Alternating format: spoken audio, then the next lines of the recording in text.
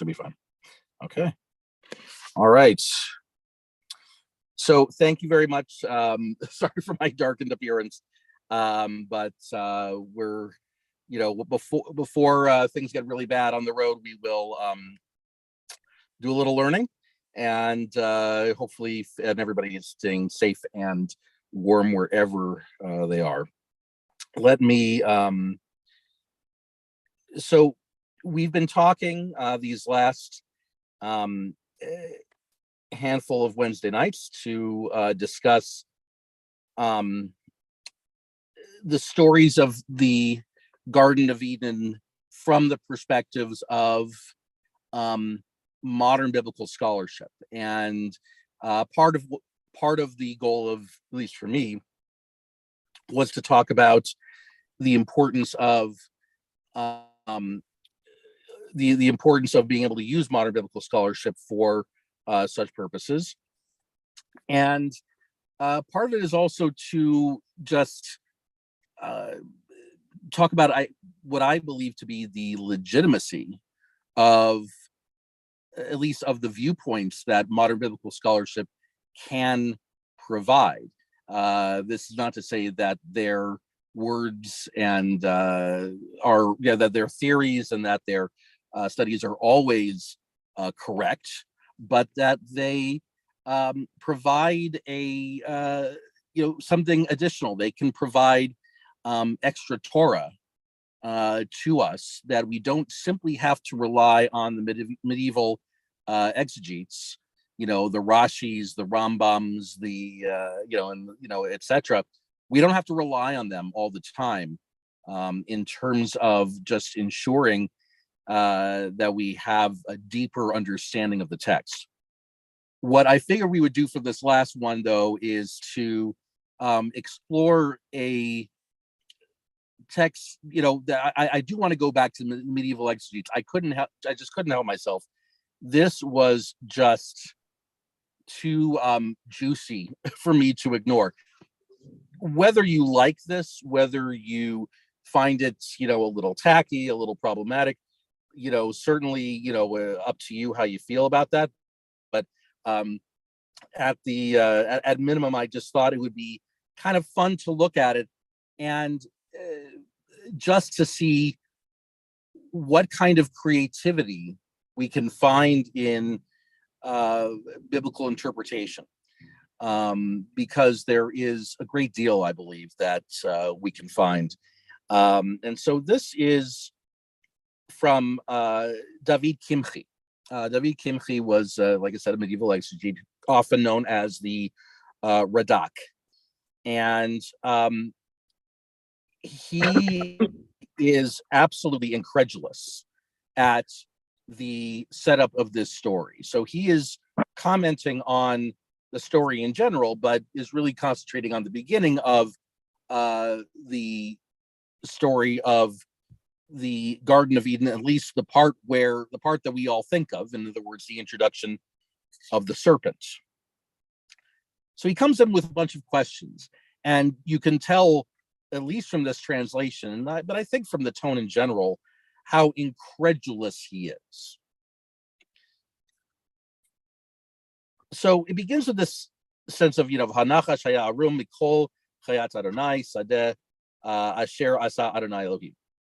That just for a rough translation, the serpent was the cleverest, the slyest, the most cunning, however you want to put it, or Arum also meaning naked, as we had discovered elsewhere in the text. Of all the animals that, of the Chayat HaSadeh, sorry, not Chayat Hashem HaSadeh, of all of the, of all of these different creatures, and that God had made. So starts out by saying it's in order to ask in what fashion the serpent conversed with Chava. Right? How did the two of them communicate? Now, this was before, of course, the story of the Tower of Babel, the Tower of Babel, and the discussion about everybody's language, etc. But then he asks, if God had opened the serpent's mouth by means of a miracle, as he did when Bilam's donkey started speaking to him, why did the Torah not report, as it did in that verse, that God opened the mouth of the serpent? Right? In other words, why was it that the serpent talking is completely normal, whereas for the donkey in the story of Bilam, that was considered, this unbelievable miracle? If, on the other hand, as in the view of Rabbi Saadia Gaon, the conversations reported in the Torah between both the donkey and Bilam and the serpent and Chava, or Eve, were conducted by an angel on their behalf, why was the serpent punished and cursed for all times? Right? In other words, if the communications of the donkey in the story of Bilam and the serpent in the story of the Garden of Eden, if they are on equal footing, meaning that they both, in both times, it was a servant of God that is interceding on their behalf, why did God punish the serpent if the serpent wasn't the one speaking? Okay, then, besides, how is it possible that God assigned to an angel the task to seduce Eve to sin against God? Right? What kind of God does this to trick the human beings? Although last week we did talk about the idea of God setting humanity up, like it in the book of Job. Furthermore, what reason was there to introduce the serpent into the story at this point? Why did the Torah have to write, and the serpent was the wiliest of all the beasts of the field, etc.? If the serpent was unable to speak, or, i.e., to communicate with Eve in his own right, how do we know that it was such a clever creature? Right? If the serpent wasn't that clever, and if the serpent required assistance to talk, then how do we know how intelligent it is? If we are to assume that the angel was dispatched to subject the woman to a test of faith of her obedience, how was the serpent to blame for the outcome? Right? So, in other words, somebody's getting set up here. Is it Eve? Is it the serpent? Somebody's getting set up to fail. Besides, Radak continues, it would have been so much more appropriate for the angel to test Adam himself, seeing it was he who had been commanded by God not to eat from the tree of knowledge. Eve had heard of this only secondhand from her husband.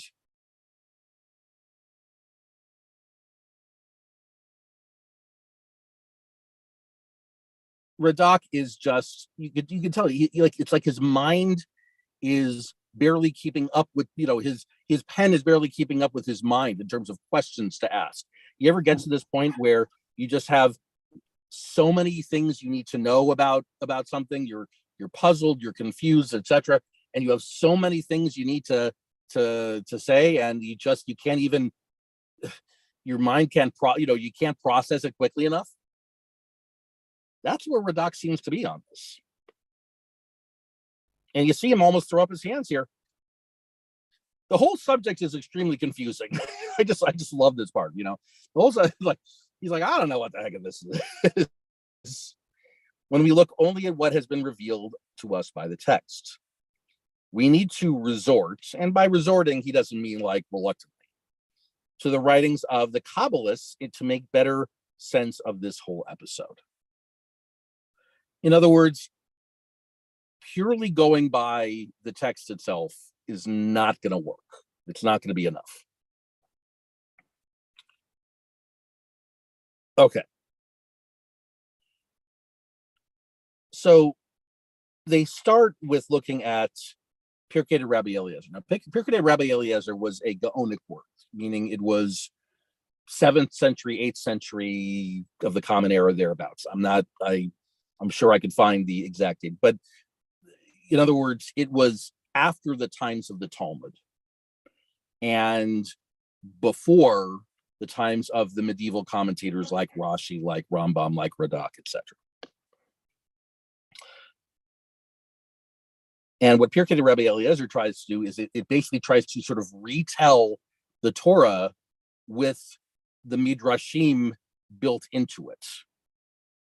So it's a retelling of the Torah with some just kind of with just some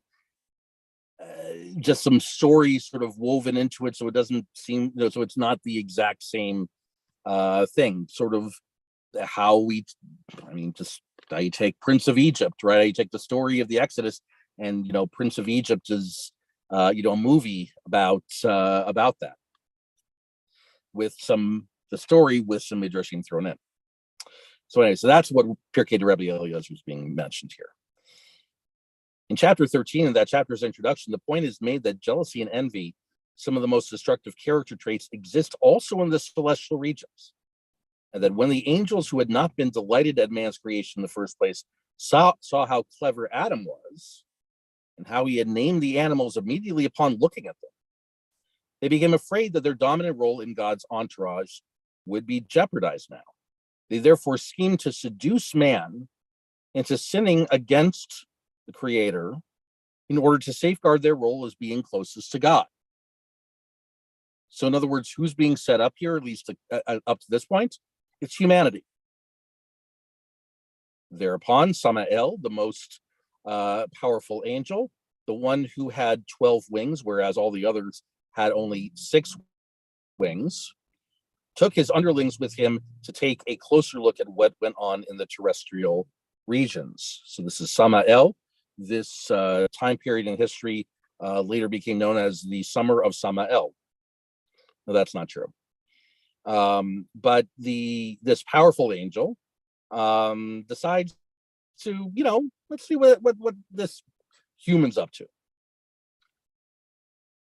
Let's see what's happening in the Garden of Eden. He found that in those regions, the serpent was by far the most intelligent of the beasts, and he could not find another beast as capable and willing to fall in with his wicked plans. All right. So in other words, hey, this snake seems like he's down for some petty crime. We are informed there that the serpent was huge and looked like a camel, and Samael was riding on it. So let's not think that this original serpent, before he's punished, is this little slithering creature. It's this very large, intimidating animal, to the point where an angel can ride on its back. The sages, with their insight into then hidden aspects of the Torah, wanted to illustrate how God sometimes amuses God's self to make playful use of both the camel, in other words, the serpent, and its rider Samael. Okay, so this is one theory. Another theory, another comment offered by the sages, this is from now we're talking about the Talmud, is that after the serpent had engaged in sexual relations with Chava. By the way, have any of you heard this before? Rabbi Netter talked about it at our Shabbaton about, was it about 10 years ago, maybe? Okay. So no, this is, I feel like this is not something that is talked about that often, but I'm glad you've heard of it, at least this idea, right? So that Eve winds up having knowledge with the serpent, and what I'm saying, and that after that happened, it had left behind within her some of the spiritually poisonous residue which had contaminated her personality. This was so pervasive that until the Jewish people accepted the Torah at Mount Sinai, they had not been able to totally cleanse themselves of that poison. The other nations of the world never cleansed themselves of this spiritually poisonous material.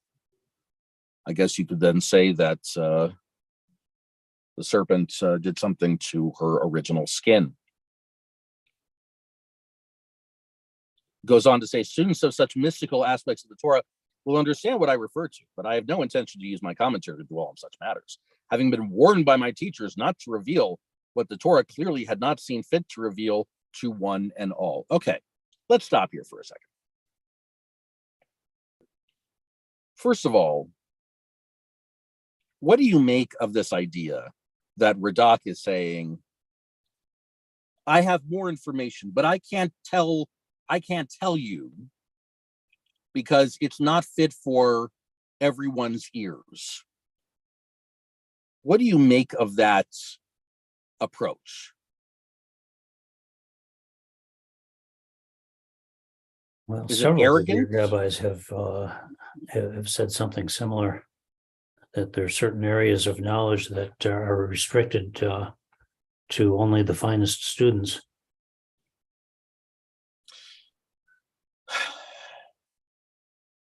And which I think is, and if I may dare say, this is a classic rabbinic cop out. Because it truly feels like they're hiding something. You know, to be able to say like, oh, this is a problematic passage, but you wouldn't understand.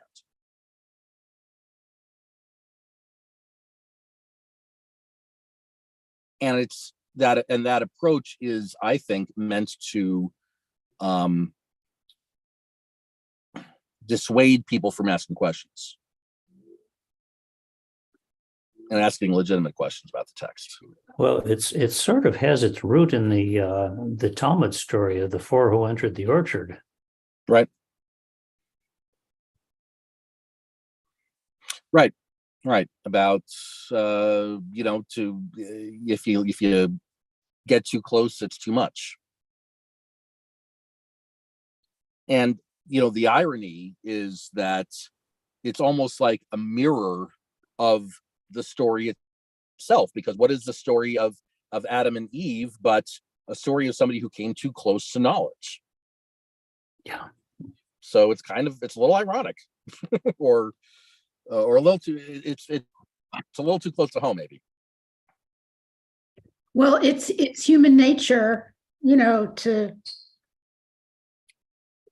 be curious about things you're not supposed to know about. I mean, Sure. you know, and if God made man, God, and if we assume God is omnipotent, he, you know, he could control this. And, you know, and that's the thing, saying, oh, there's more good gossip here, but, you know, I really can't tell you what it is. That's not the end of it for the people you're not telling, not by a long shot. There, You know, there are commentators who look at the story of Nadav and Abihu in a similar light, that they were killed because they tried to approach too closely. Now maybe it's just me, but I bristle every time somebody tries to shut something down by saying you wouldn't understand. Maybe it's just my pet peeve, or I don't know. I remember. Well, that's a natural reaction. Yeah, no, I mean, listen, I remember this, you know, if you remember the movie from like sometime in the mid-90s, Mr. Holland's Opus, which was, I think, in many ways a lovely movie. And you know, where Mr. Holland is this music teacher who's, you know, all this time he's trying to write his great piece of classical music. And he and his wife have one child, you know, a son who winds up being deaf. And you can tell it just breaks Mr. Holland's heart. You know, his one child is somebody who will never, you know, who won't, you know, is unable to hear music. Like, this is just heartbreaking for him. And then, you know, so then, you know, fast forward, you know, later on in the film where it's 1980 and, you know, his son is a teenager, and, you know, Mr. Holland is, you know, you like, he had heard that John Lennon was shot and killed. And he's, you know, very upset because he loved John Lennon.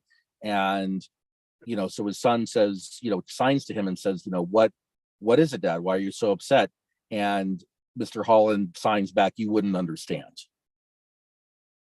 And I remember being in the movie theater. I remember everybody saying, "Oh," like gasping at the audacity for him to say that. And thankfully, like his son follows him and signs at him and says, "What? Just because I can't hear, you think I don't understand what John Lennon means? As means to everyone, means to the world." I mean, like he really fought. He really, thankfully stood up for himself. And and later on, Mr. Holland is able to, make amends and acknowledge, and start to accept his son for who he is. It's I don't know. It's just I bristle at it, but maybe that's and maybe that sort of goes to the heart of what this whole topic that we've been discussing these last few weeks. Why some of it is just so bothersome? Why is it that God would tell this precious creation, humanity, there's a bunch of stuff that you just wouldn't understand? Why does it have to be that way? Again, maybe these are my own religious questions that I'm just airing out in public here, but it's something that bothers me. So anyway, so clearly this aside gets me a little riled up, but let's see what else he says. Hopefully those who are attuned will understand what the sages had in mind to convey to us. Okay, so he's going on in spite of his reservations. Some commentators cited by Ibn Ezra say that the serpent did not speak at all, but managed to convey its meaning to Chava by whistling, hissing to her. Chava was clever enough, according to that view, to understand that what the serpent was trying to communicate to her. It seems very far-fetched to credit Chava with understanding what the serpent tried to hint to her in such a fashion. It is even more far-fetched to credit the serpent with understanding what Chava answered her in Hebrew. Now that's it's a little amusing. I mean, obviously Torah, the language obviously is ancient Hebrew, but it's, I don't know. I guess I find that amusing. More about the serpents. Rabbi Avram Ibn Ezra, another great medieval exegete, writes that the serpent did indeed speak, and it used to walk upright just like a man. Originally, God had equipped the serpent with superior knowledge and intelligence, more crafty than any of the beasts of the field, but not as crafty as man. This was also the opinion of our sages from the Midrash known as Bereshit Rabbah. This is what they write. At the time God punished the serpent, God said to it, "Here I had made you so that you are king of all the beasts, something that you had not been satisfied with. I enabled you to walk upright just like man. You were not satisfied with this either. Now you'll have to crawl on your belly and eat dust." We must ask ourselves that if all this is so, why the Torah had not mentioned that the serpent had enjoyed such distinctions. The Torah's report of God's creative activities makes no mention of this, as it did in Genesis chapter 1, verse 26, when man's distinction over the other creatures is introduced by God saying, "We will make him in our image." All right. In other words, if the serpent was so blessed, was so far above the other creatures except not of humanity, why that wasn't specified in the creation story like it was for humanity. Furthermore, when God cursed the serpent, mention is meant of it having to crawl and having to eat dust. Why did the Torah not also mention that God deprived it of its superior intellect? This would have been the most severe part of the punishment, and the Torah doesn't mention it at all. The most likely answer to all the points that we have raised is that the serpent was enabled miraculously on that occasion to speak in a voice and language that Eve could understand, even though the Torah did not write specifically that God opened its mouth as it did in connection with Balaam, seeing that this represented something far more extraordinary. And there's just a little bit more about that. I'm going to jump ahead a little bit. Still, so it's like, I don't know. I hear when Radak says that, I kind of hear, somebody saying something to the effect of, "Yeah, but still," right? In other words, he answered one question. "Yeah, but still, I got a problem." The question remains, why the serpent was punished if God's self had put these words in its mouth. All right. So in other words, if you've satisfied all these things, if you say, all right, well, the only thing that makes sense is the idea that the serpent was given, it was sort of miraculously given this temporary ability to reach Eve. Well, it must have been God who grants that ability. So why does God then turn around and give the serpent trouble about it? We need to answer that the serpent had already planned its craftiness, had set a trap for man to discredit it in the eyes of God, so that it would replace humanity as a superior creature on earth. God was aware of all this, and all God did was to follow the principle in Shabbat in Shabbat, meaning like from the Talmud. Baal l'tameh podchim lo. When someone is bent on defiling something, one facilitates this for him. Okay. When someone is bent on defiling something, one facilitates this for him. In other words, if someone is going to be doing something wrong, and you know that there is no way to talk them out of it, you might as well help them along.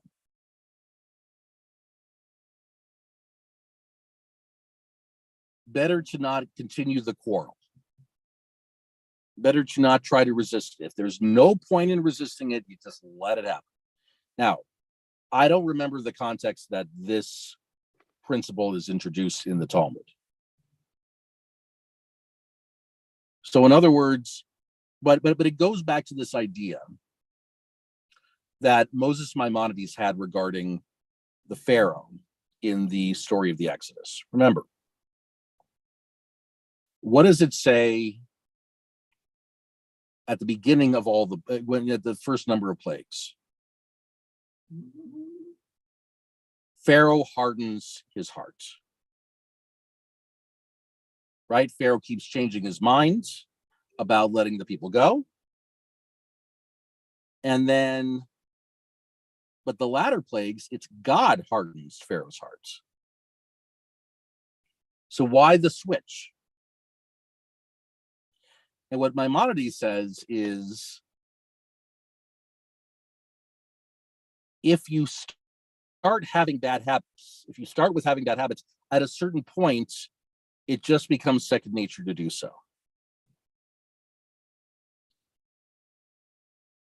So when God hardens Pharaoh's heart during the latter part of the plagues, and once again causes Pharaoh to not let the people go, it's because, all right, Pharaoh is about to do this anyway. Let me just make it happen then. And this is a way that Maimonides tries to explain the importance of finding good habits, right? The more, the more good habits the more good habits you have, you'll build on those. The more bad habits you develop, the easier it is to fall down. So I think this is what it's referring to.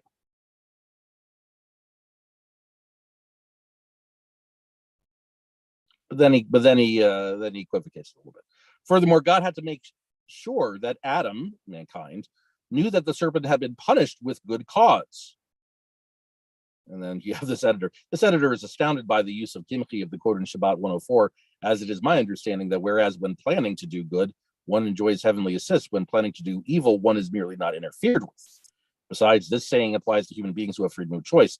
Whoever heard of this saying applying to animals? Right, so might not be the best in terms of reasoning here. Okay. Let me see. I may have mixed a couple of these up. I'm going to jump ahead a little bit. Actually, maybe near the end here.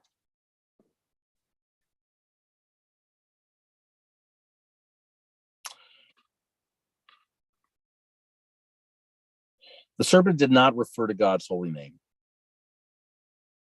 Right? The serpent does not use the tetragrammaton. Yud He Vav He. Rabbi Abraham Ibn Ezra writes that this was because the serpent did not know God's name. According to our explanations of the serpent's sudden ability to speak in a manner comprehensible to Eve being an ad hoc miracle, God does not allow the serpent to use God's holy name. It is beyond our imagination to assume that God would allow a beast to bandy about God's sacred name, something that is God's exclusively. A careful reading of the text will reveal that even Eve does not use God, the holy name of God. The bald-faced lie of the serpent was its claim that God had said that man had been forbidden to eat any of the trees of the garden. This was part of its shrewdness, pretending as if Eve had told her this through the serpent, though the serpent was perfectly aware that Eve had said no such thing. It wanted to challenge Eve by saying, what good is your being in the Garden of Eden, seeing that you cannot enjoy any of its fruits?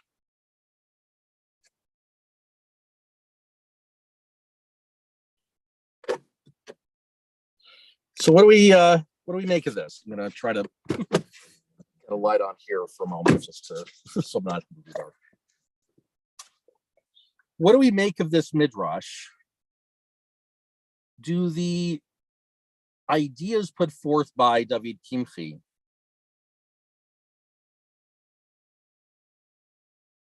does his logic, does his understanding, does it feel any more or less intellectually rigorous as the modern scholarship that we've read?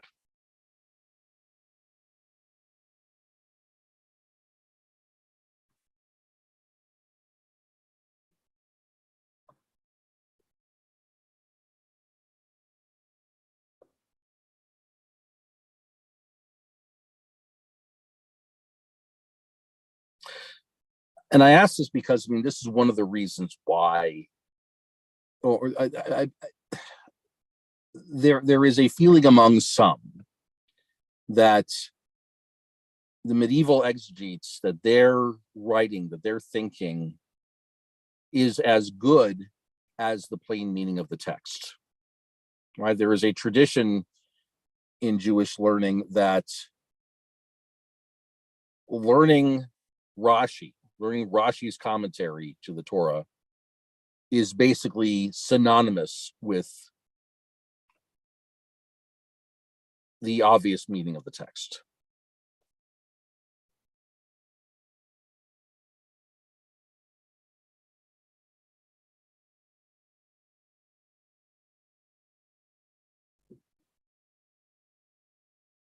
Does it seem to you that the modern scholarship has a leg up on the logic used by scholars such as David Kimchi? Or does it feel like a logical extension?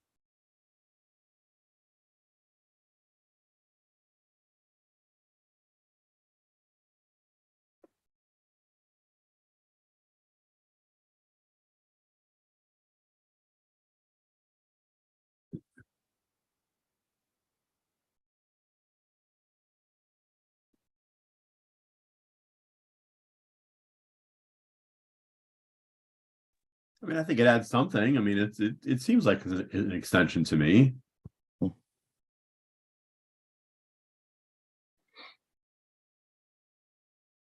Okay.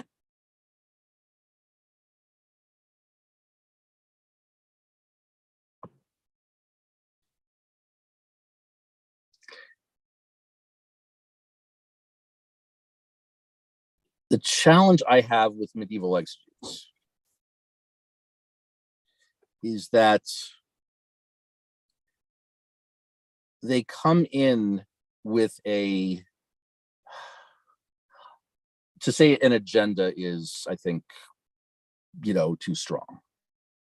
But they come in with an overall understanding, or they come in at least with the assumption that the ways of God and the laws of God are good for us to follow. That is the assumption. And this is not to say that a medieval exegete never doubts God, never has an issue with anything that God has to say, never questions. It's just that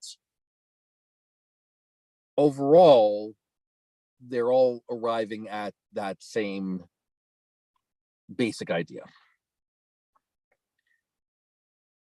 Modern biblical scholarship is not necessarily bound to religious faith. There are Jews of all observance levels. There are Christians of all observance levels. There are people just of all different religions, and some without any particular religious persuasion, who, if they find the Bible interesting enough, engage in modern biblical scholarship. So they're not bound by this idea of the answer is always going to be, or the ultimate answer is always going to be that God and the commandments are correct. It's more that, okay, Judaism believes that God and commandments are generally correct, but but this particular biblical passage might say something different. And that's okay. Doesn't mean any one religion is better or worse, or more or less logical than anything else. Just they're not bound by that particular answer. I have to say that there was just, I know this is going to sound very, very, very bizarre. I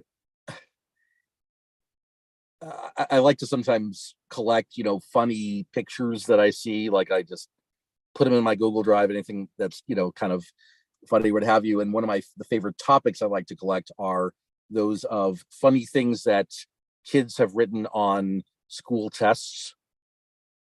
When they write something particularly clever, particularly silly, or something like that. If it strikes me as funny, I do that. So there was this one particular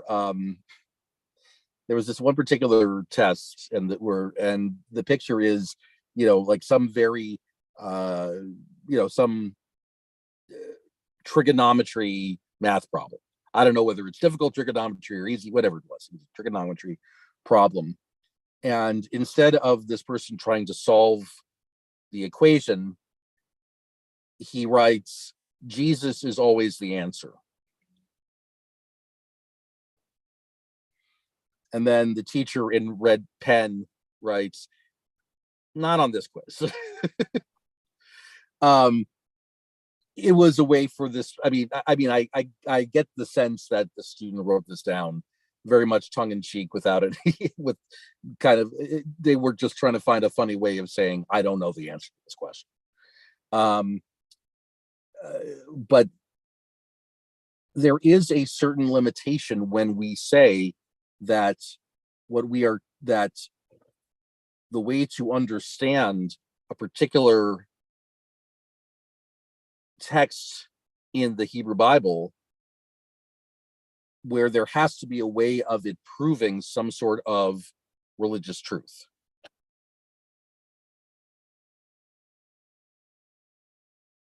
Not everything in the Bible necessarily reveals a religious truth.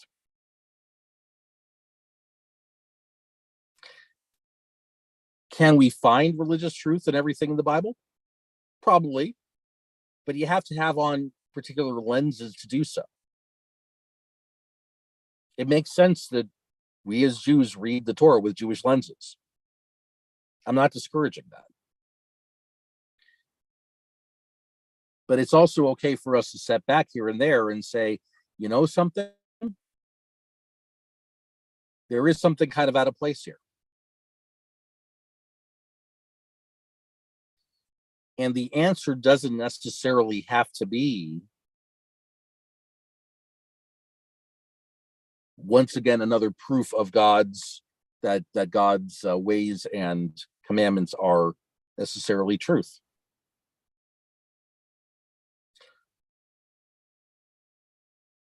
We can believe that God's ways and commandments are the truth that we follow, while at the same time looking at certain aspects of the Bible and saying, you know, I don't know if this works exactly. I don't know if this particular verse works exactly. I don't know if this story really reveals what it meant to reveal. I don't know if this necessarily has a way, if this story or this passage necessarily tells us something more. It was just our ancestors' way of telling a story that may or may not resonate with us today.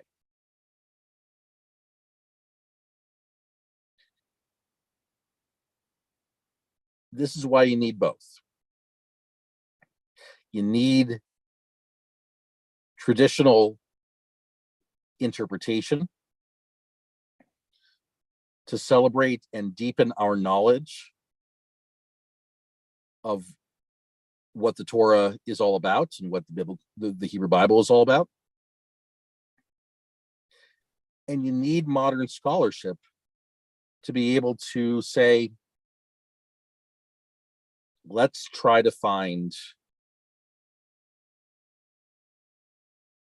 to the best of our intellectual ability, what's going on here, so that we don't ever have to go to someone who wants to look at the Bible a particular way and say, you wouldn't understand. Because whether or not you believe that the fruit from the tree gave us human beings the ability to have knowledge and discernment in ways that God never expected us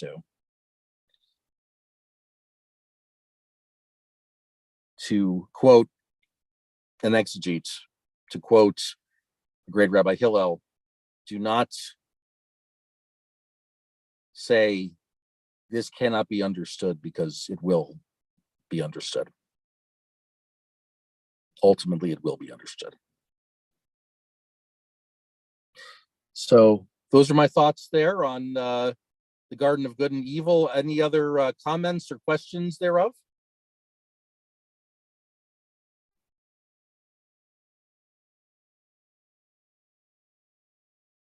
All right. Well, everyone be safe. Everyone be warm.